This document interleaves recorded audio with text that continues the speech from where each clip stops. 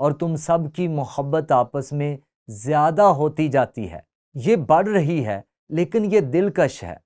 وہ ان کی امید کے بارے میں کچھ نہیں کہتا۔ اس نے دوسرے خط میں امید کا ذکر کیوں نہیں کیا؟ اچھا، اگر آپ دوسرے باب پر جائیں تو آپ کو جواب مل جائے گا۔ غور کریں کہ اس نے دوسرے باب کی پہلی آیت میں کیا لکھا۔ اے بھائیو، ہم اپنے خداوند یسوع مسیح کے آنے اور اس کے پاس اپنے جمع ہونے کی بابت تم سے درخواست کرتے ہیں۔ یہ اس وقت کی طرف اشارہ کر رہا ہے جب یسوع تمام ایمانداروں کو اپنے ساتھ ہونے کے لیے بلائے گا۔ ہم اسے کلیسیا کا اٹھایا جانا کہتے ہیں۔ وہ کہتا ہے تمہاری عقل دفعتاً پریشان نہ ہو جائے اور نہ تم گھبراؤ۔ آسانی سے پریشان ہونے کا متضاد کیا ہے؟ صبر، امید کی استقامت۔ یاد رکھیں، اس کے لیے اس نے پہلے خط میں خدا کا شکر ادا کیا یا پریشان ہونے یا گھبرانے کا متضاد کیا ہے؟ ہماری امید پر ثابت قدم رہنے کے برعکس۔ تو وہ بات کو جاری رکھتے ہوئے کہتا ہے، اور مجھے یہاں سے فوراً شروع کرنا ہے کہ کسی روح یا کلام یا خط سے جو گویا ہماری طرف سے ہو، یہ سمجھ کر کہ خداوند کا دن آ پہنچا ہے، تمہاری عقل دفعتاً پریشان نہ ہو جائے اور نہ تم گھبراؤ۔ اب خداوند کے دن کا مطلب عدالت کا وقت ہے۔ جب خدا آتا ہے، مسیح عدالت کے لیے آتا ہے، اور پالوس سادہ الفاظ میں یہ کہہ رہا ہے، کوئی اس کلیسیا میں آئے اور نبوت کرے یا کوئی پیغام لائے یا کہے ہمیں پالوس کی طرف سے ایک خط ملا ہے اور اس نے اپنا ارادہ بدل لیا ہے، اس نے کہا یہ سچ نہیں ہے، کیونکہ خداوند کا دن نہیں آیا، کلیسیا کو اٹھایا نہیں گیا ہے۔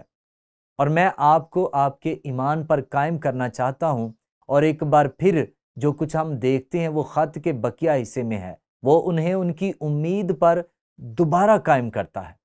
اب اس کا سادہ مطلب یہ ہے کہ یہ تسلنیکیوں اپنے ایمان میں بڑھ رہے تھے اور وہ اپنے ایمان کے کام میں بڑھ رہے تھے، وہ ایک دوسرے کی محبت میں بڑھ رہے تھے، لیکن انہیں تعلیمی عدم استحکام کا سامنا تھا۔ وہ الجھے ہوئے تھے۔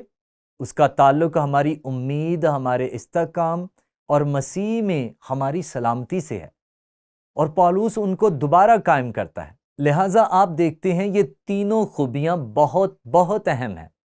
جب اس نے کلوسیوں کو لکھا تو اس نے حقیقت میں ذکر کیا کہ اپفراس وہ تھا جس نے واقعی ان کے ایمان، امید اور محبت کو قائم کرنے میں مدد کی تھی۔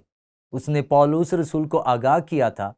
ہم اپفراس کے بارے میں زیادہ نہیں جانتے، لیکن ظاہر ہے وہ تیموتھیوس کی طرح تھا، وہ تیتس کی طرح تھا، وہ لوکا جیسا تھا، وہ ان میں سے کچھ دوسرے آدمیوں کی طرح تھا جنہوں نے پالوس رسول کے ساتھ کام کیا اور کلیسیاؤں کو قائم کیا، اور اس طرح اس نے پالوس کو آگاہ کیا کہ وہ بڑھ رہے ہیں۔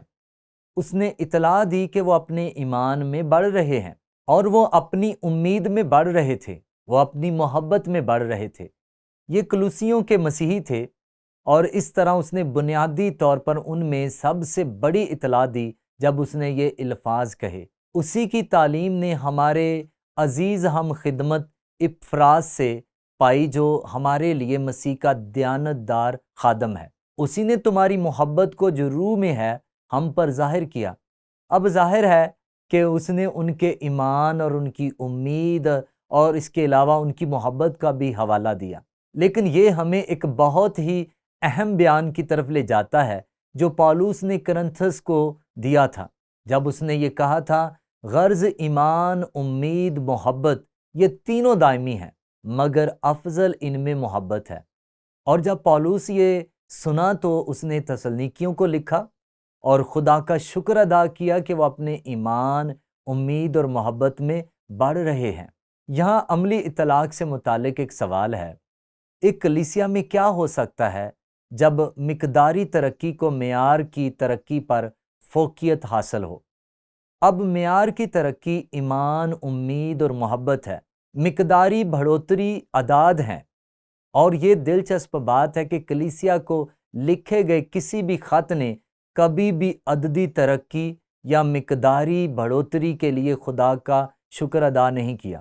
اب وہاں بڑی کلیسیاں تھیں، یروشلم میں بہت بڑی کلیسیا تھی، یہاں تک کہ ظلم و ستم کا نشانہ بنے مسوپتامیہ کے انطاکیہ کی کلیسیا غالباً بہت بڑی تھی۔ یہ ایک بڑا شہر تھا، اور افسس میں کلیسیا جہاں پولس نے 3 سال خدمت میں گزارے، لیکن نئے عہد نامے کی پوری دنیا میں زیادہ تر کلیسیاں نسبتاً چھوٹی تھیں۔ پولس نے عددی ترقی کے لیے خدا کا شکر ادا نہیں کیا، لیکن اس نے ان کی معیاری ترقی کے لیے خدا کا شکر ادا کیا۔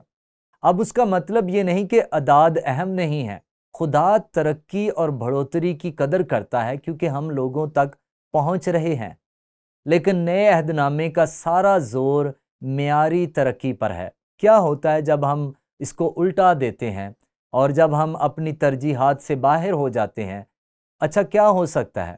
یہاں تک کہ ہماری ثقافت میں، جو کبھی کبھی ہماری ثقافتی صورتحال کے اندر بڑے مزار پر عبادت ہوتی ہے، ہمارے پاس بہت سی بڑی کلیسیاں ہیں۔ میں اس کے لیے خدا کا شکر ادا کرتا ہوں۔ میں نے بڑی کلیسیاؤں میں پاسبانی خدمت سر انجام دی، لیکن حقیقت یہ ہے کہ میں یہ استعارہ استعمال کرنا پسند کرتا ہوں۔ ہم 1 میل چوڑے اور 1 انچ موٹے ہو سکتے ہیں۔ اب 1 میل چوڑا ہونے میں کوئی حرج نہیں، لیکن خدا چاہتا ہے کہ ہماری گہرائی بھی 1 میل ہو۔ اور نیا عہد نامہ جو ہمارے پاس ہے، اس میں سب سے زیادہ گہرائی پر زور دیا گیا ہے۔ لہٰذا یہاں زندگی گزارنے کا ایک اصول ہے جو ہم کلوسیوں کے نام خط سے سیکھ سکتے ہیں، بلکہ دوسری کلیسیاؤں سے بھی، نہ صرف پولس کی طرف سے بلکہ پطرس اور عبرانیوں کے مصنف کی طرف سے، جو ان 3 الفاظ کا حوالہ دیتے ہیں۔ روحانی رہنماؤں کا بنیادی مقصد ہمیشہ ایسی مقامی کلیسیاؤں کو وجود میں لانا ہونا چاہیے جو ایمان، امید اور محبت کی عکاسی کرتی ہوں، اور ہم محبت کو خاص طور پر شامل کر سکتے ہیں۔